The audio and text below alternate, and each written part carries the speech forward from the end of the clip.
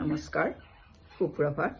মই গুৱাহাটীৰ পৰা মিনিমা দাস, মহীশূৰৰ অসমীয়া ভাষা সাহিত্য চৰ্চা মঞ্চৰ পোহৰ জোনাকীৰ প্ৰথম বৰ্ষপূৰ্তিৰ পবিত্ৰ ক্ষণত অনুষ্ঠানলৈ শুভকামনা জনাই মই পাঠ কৰিবলৈ লৈছোঁ সুগন্ধি পখিলাৰ কবি হীৰেণ ভট্টাচাৰ্যদেৱৰ এটি কবিতা মোৰ দেশ।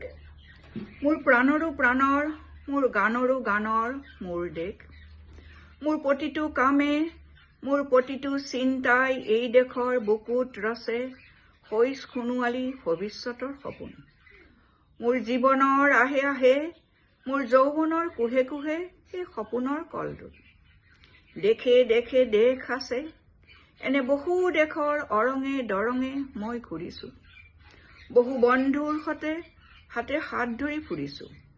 কেতিয়াবা সাগৰ পাৰত, কেতিয়াবা খেজুৰ তলত, নতুবা পাহাৰতলিত খন্তেক জিৰাইছোঁ। বন্ধুৰ সতে প্ৰাণ খুলি প্ৰাণৰ কথা পাতিছোঁ। তাৰ পিছত আকৌ আৰম্ভ কৰিছোঁ নতুন যাত্ৰা। এনে বহু যাত্ৰাৰ শেষ মোৰ দেশ। যাৰ বুকু ৰুমে মোক দিছে ভাল পোৱাৰ আনন্দ, যৌৱনৰ প্ৰাচুৰ্য, জীৱনৰ নতুন অৰ্থ। এই দেশৰ প্ৰতিটো পুৱাই মোলৈ লুকাই আনে ঐশ্বৰ্যৰ বিপুল সম্ভাৰ। প্ৰতিটো সন্ধিয়াই বৈ আনে স্নিগ্ধ ফুলৰ সুবাস। প্ৰতিটো ঋতুৱে মোক দি যায় জীৱনৰ আশীৰ্বাদ।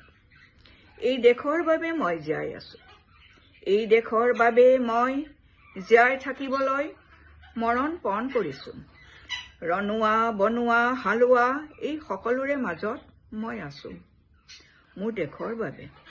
অনৈক্যৰ মাজত ঐক্য হৈ, বিৰোধৰ মাজত সংহতিৰ সম্ভাৱনা হৈ মই আছোঁ। জীৱনে মৰণে শয়নে সপোনে এই দেশৰ আহ্বান মই শুনিছোঁ। শত্ৰু মিত্ৰ সকলোকে মই চিনিছোঁ। সিহঁতৰ অন্তৰ মই বিশ্বাসৰে জিনিছোঁ।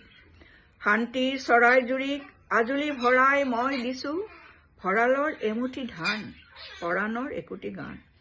আৰুতো মোৰ একো নাই। মোৰ দেশ, মোৰ কল্লোলিত সপোনৰ উত্তাল তৰংগই মোক লৈ যায় গভীৰৰ পৰা গভীৰতলৈ, আদৰ্শৰ কঠিন পৰ্বতমূললৈ। ধন্যবাদ।